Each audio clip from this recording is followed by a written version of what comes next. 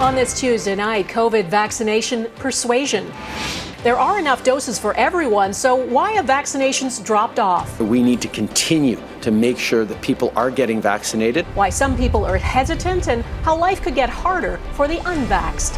Mounting backlash against the Montreal Canadiens. Habs management is still choosing to look the other way. The impact of choosing a player who's also an admitted sex offender. Allegations dating back decades. The criminal investigation into sexual abuse at a Manitoba residential school. And women for the win. The Canadian Olympians muscling up more medals in Tokyo. Global National with Donna Friesen.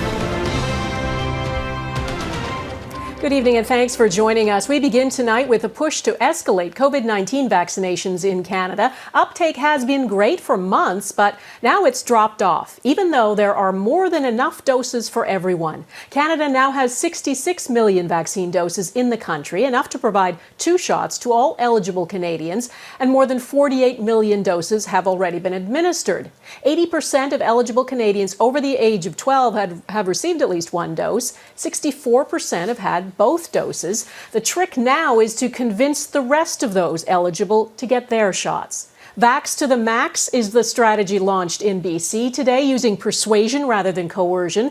Canadians aren't being forced to get the vaccine, but anyone who doesn't could end up with limits on what they can do and where they can go. Mike Le Couteur has our top story tonight. Well, if everyone else gets vaccinated, they will be kept safe. You will not be safe. That pointed warning from Prime Minister Justin Trudeau aimed at people who are hoping to be protected by herd immunity instead of a vaccine. Canada's vaccination rate was on a steady climb, but the summer has seen a steep slide in daily doses administered per 100 people. It's why politicians are prodding Canadians to get jabbed. Different provinces are looking at incentive programs. We're certainly working with the provinces on documentation to facilitate international travel, as more and more countries, like Canada has just done, is going to open only to fully vaccinated travelers. Trudeau warns the Delta variant is still circulating, and the majority of new cases are among the unvaccinated. Walk-in Wednesday, and on that day we will open all our clinics to just walk-in capacity. BC is waiving appointments for 1 day next week as the province ramps up its immunization campaign while case counts rise. But health experts say governments still have some work to do in fighting the misinformation online and convincing the roughly 20% of Canadians who are still not vaccinated. Treat people who have questions in a serious manner. This is not the time for shaming and blaming or finger pointing. That does nothing but further polarize the situation. The next step after persuasion could be coercion, following in the footsteps of France, which will deny access to indoor venues if you are not vaccinated. It's an approach Quebec has hinted it could use if another lockdown is necessary. And it may get people out to a certain demographic to get vaccinated. As a way to mitigate the risk and to really just not deal with the inconvenience of not going there. BC Health Minister Adrian Dix reminded residents about the measles outbreak 2 years ago, saying children who weren't protected against that disease weren't allowed back to school. Warning, in this pandemic, there are consequences to not being vaccinated. Donna? All right, Mike Le Couteur in Ottawa, thanks. Canada is due to open its border to fully vaccinated travelers from the United States in just under 2 weeks. And now Canada Border Services Agency workers are threatening to walk off the job. The union representing 9,000 CBSA workers has voted in favor of a strike. It could happen as soon as August 6th, 3 days before the border reopens. Many of the workers are deemed essential, though, so the border wouldn't close completely, but there could be long delays. The workers have been without a contract for 3 years. Talks between the two sides fell apart in December. Americans are dealing with rising cases of COVID-19, a pandemic of the unvaccinated. And now the U.S. Centers for Disease Control has reversed its guidance on masks. It is recommending fully vaccinated people return to wearing masks indoors in areas with high transmission rates. The highly contagious Delta variant is the dominant one in the U.S. now. New scientific evidence shows even fully vaccinated people may become infected and may carry as much virus as those who are unvaccinated, and they could transmit it. Our message to the American public is we are at war. We continue to be at war with a virus, an evolving pandemic. Our responsibility here is to always lead with the science and always lead with the advice of health and medical experts. The Japanese capital is dealing with a record number of COVID-19 cases, and the timing couldn't be worse. Just 4 days into the Summer Olympics, Tokyo is reporting more than 2,800 new infections, the city's highest daily count. That's more than double the number of cases reported last Tuesday. The highly transmissible Delta variant is also driving the rapid spread there. The world's best gymnast, American Simone Biles, withdrew from today's Olympic competition, surprising everyone. We'll have more on that coming up. Plus, Canada's biggest day on the podium yet, gold in weightlifting and an historic victory in women's softball. But first, things aren't so golden for the Montreal Canadiens at the moment. Since the team drafted a player who has admitted to sharing sexually explicit photos of a woman without her consent, the criticism keeps mounting. He is 18 and says he regrets it, but for many fans and team sponsors, that's not good enough. Mike Armstrong explains. Fans of the Montreal Canadiens for weeks wore almost a perpetual smile as the team's playoff push took them all the way to the NHL Finals. With our 31st pick overall in the NHL, Friday night, with this pick, it appears the goodwill it had gathered is gone. Logan Mailloux. It shocked even the announcers. All right. Well, this is something the league probably wishes didn't happen, but now it has happened. Mailloux, right point, winds up, takes the shot towards the net, and he scores! Now, Mailloux is a defenseman out of Ontario, but last year while playing in Sweden, the 17-year-old took photographs of a young woman during a sexual encounter and shared them with teammates. Picking a player with that past has major Habs sponsors perplexed. The Saint-Hubert restaurant chain, Jean Coutu Pharmacies, and the Desjardins Financial Group all say they're evaluating their partnership with the team. The Habs' highest profile fan is weighing in as well. As a lifelong Habs fan, I have to say I am deeply disappointed by the decision. I think it was a lack of judgment by the Canadiens organization. He's a young man who made a serious mistake. The Canadiens GM did try to do some damage control over the weekend, promising to help Mailloux with counseling. I deeply regret it. Mailloux himself also spoke out. I know I caused a lot of harm to this person and their family. I think the decision itself is really, really disappointing. Julie Lalonde is a women's rights advocate. One of the things she does is visit schools to talk about how damaging sharing nudes can be. Drafting Mailloux, she says, undercuts that work. Like that absolutely sets us back in terms of our conversations with young people. We cannot underestimate the message that this sends. Let's not forget about the victim here. Yeah. If the Canadiens were hoping the goodwill they'd collected from the playoffs would help this controversy blow over, it hasn't. Instead, the storm may still be growing. Mike Armstrong, Global News, Montreal. This is the former Fort Alexander Residential School in Manitoba, where for decades, Indigenous children from 21 communities were forced to go. The RCMP confirmed today that in 2010, they began investigating allegations of sexual abuse here. The scope of the criminal investigation has meant combing through archival records and taking witness statements. It is sensitive, complex work. Brittany Greenslade explains what's underway and why it's only coming to light now.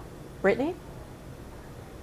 Donna, a Manitoba First Nation is once again dealing with the pain and trauma of residential schools, this time in the form of a decade-long criminal investigation launched by the RCMP that's only now coming to light.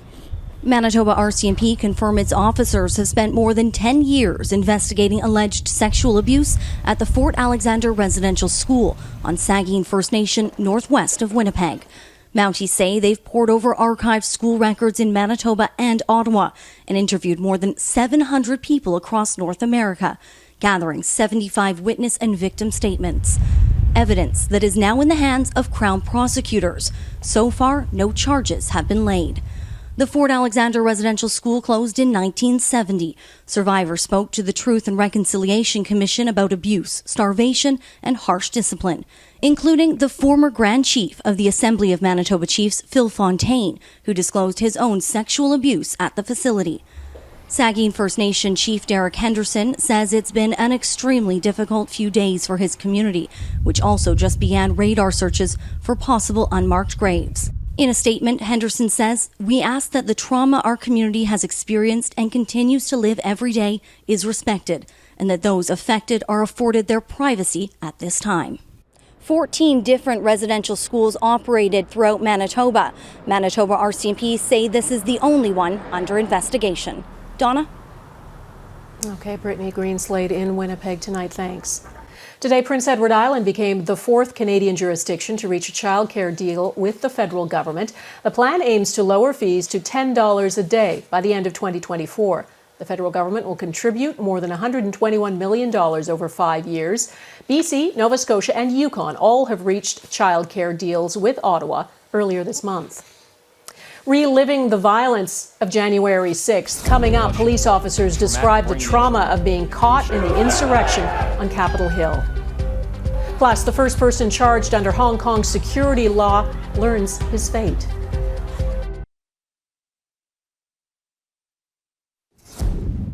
As I was swarmed by a violent mob, they ripped off my badge. They grabbed and stripped me of my radio. They seized ammunition that was secured to my body. They began to beat me with their fists and with what felt like hard metal objects. That is one of the police officers who survived the attack on the U.S. Capitol in Washington in January. Nearly 7 months later, we're hearing harrowing first-hand accounts from officers of what they endured when that mob of Trump supporters stormed the building. The officers are the first to testify at an inquiry into the riot. Jackson Proskow has more on what they said and a warning. His story does contain strong language and graphic video. So help you God.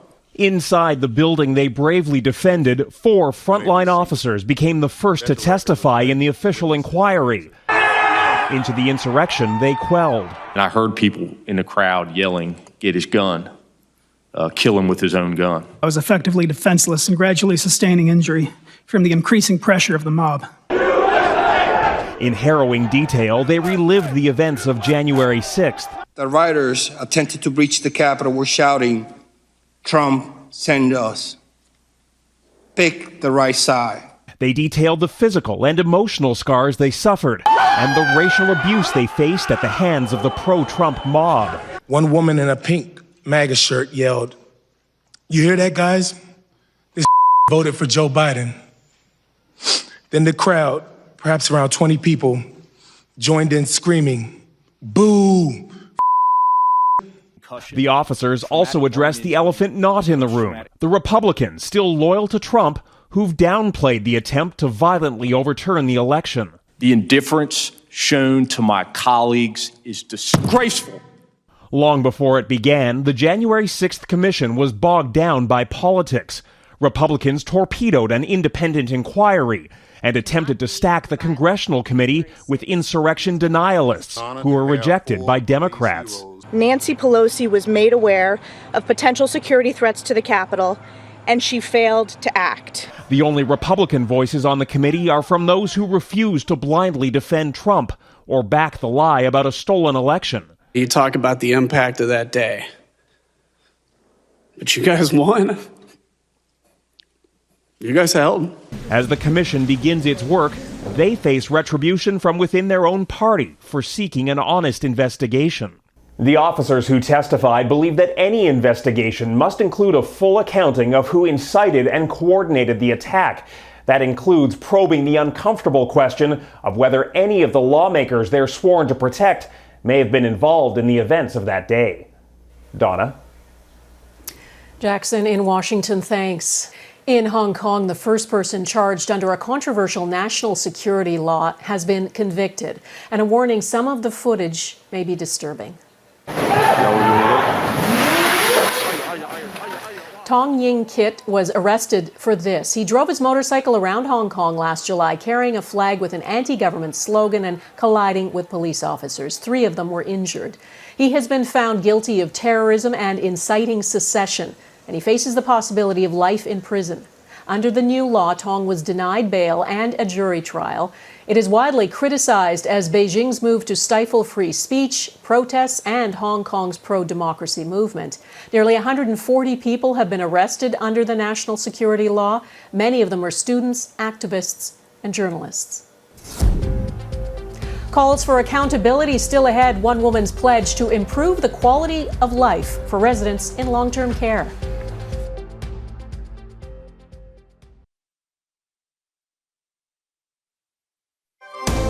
You're watching Global National. It's now well known that the first wave of the pandemic hit residents in long-term care homes the hardest. The majority of people who died of COVID-19 in Canada were living in long-term care. Their families are still grieving. And an Ontario woman who lost her mother is vowing to keep fighting for change in a system she calls corrupt. Karen Lieberman has her story. She lost her will to live. She didn't want to live in that environment anymore. Maureen McDermott dreaded the day she could no longer care for her 91-year-old mother at home.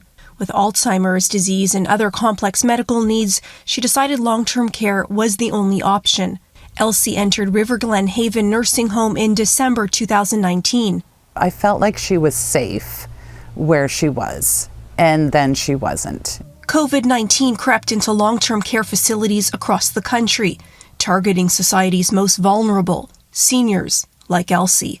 My mother, on Mother's Day, was diagnosed positive with COVID. A total of 36 would die at this one home in Sutton, Ontario. During the first wave of the pandemic, residents of nursing and seniors' homes accounted for more than 80% of all reported COVID-19 deaths in Canada. Elsie survived the virus, but the conditions the pandemic created took a toll. It was like 10 years happened in 106 days. To be denied to love her and hold her and give her some hope. How would you describe the system? It's driven by a group that have very little to do with the inside operations of long-term care. In a statement, the CEO of ATK Care Group, which owns River Glen Haven, said, as we continue to learn more about this virus, we will continue to make operational changes for the health and safety of staff, residents, and families. In May, McDermott lost her mother. By then, she says, there was little of Elsie left. She said, "This isn't living, Maureen. This is only existing." In her mother's memory, a vow to keep fighting. It started with this meeting with Ontario's new Minister of Long-Term Care, who has promised to build 30,000 new beds in the next decade and update legislation to enhance accountability measures. I don't envy him or anybody stepping into the role and the mess that was left by the previous minister, but I'm hopeful. Change, she says, would be Elsie's legacy. Karen Lieberman, Global News, Toronto. Winning women up next, the athletes adding to Canada's Olympic glory at the Tokyo Games.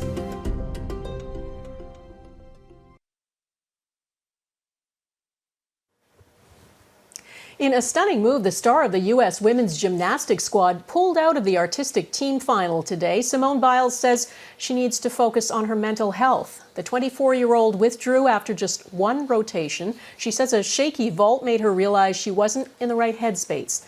Biles says she didn't want to jeopardize her health and well-being or risk a medal for her team. The rest of her team did go on to win silver. The team representing the Russian Olympic Committee took gold. It's unclear if Biles will compete in her 5 other events, which include defending her all-round title on Thursday. Japanese tennis star Naomi Osaka was knocked out of the women's tournament today in a huge upset. Osaka, who was ranked second, lost in the third round. The Olympic tournament was her first major competition in nearly 2 months after she sat out both the French Open and Wimbledon to focus on her mental health. Japan is still leading the way in gold medals. Here's a look at where things stand. Japan has 10 golds now. The U.S. and China each have 9. Canada has 2 and is ranked 8th overall. One of those golds was won today in weightlifting. It capped off a 4-medal day for Canadian athletes. This country also won its first ever Olympic softball medal, a bronze. Crystal Clemencing breaks down another big day for Canada. Pride on full display. The medals stacking up with bronze, silver, and gold hanging around the necks of Canadians. Montreal of Quebec muscling the second gold for Canada. It was a very great competition, good battle. It was a nice competition, surely to watch, to do as well, and I'm very proud. Sharon was tearful as the anthem played in her honor. Only one other Canadian has won Olympic gold for weightlifting. Catherine Bushman-Pinard earned Canada's second ever Olympic medal in judo. Like Jessica Klimkate's winning match on Monday, Bushman-Pinard captured bronze in sudden death. For the Canadian women's softball team, they've forged new territory, winning Canada's first Olympic softball medal when they defeated Mexico 3-2 for bronze. Unlike softball, swimming is an area of dominance for Canada. Ontario's Kylie Moss was just off the Olympic record-setting pace, swimming the 100-meter backstroke in 57.72 seconds. After capturing silver, she said she's been inspired by her fellow swimmers. It's incredibly powerful to see someone else succeed. It makes you want to be a part of it, and it creates this atmosphere that's electric and so positive. So watching the girls win the silver, watching Maggie win gold, it's so motivating. Watching these young, talented, driven athletes is a huge draw, and people are finding ways to get their Olympic fill despite spectators being banned. We don't feel at least at risk for being outside, and I mean, as you can tell, people are keeping their distance, wearing masks. Fearing groups gathering while cases of COVID-19 surge in Tokyo, the Prime Minister urged people to stay home and watch the Olympics on TV. It's a problem that could get worse as more Japanese athletes win medals and the Games become a bigger draw for locals.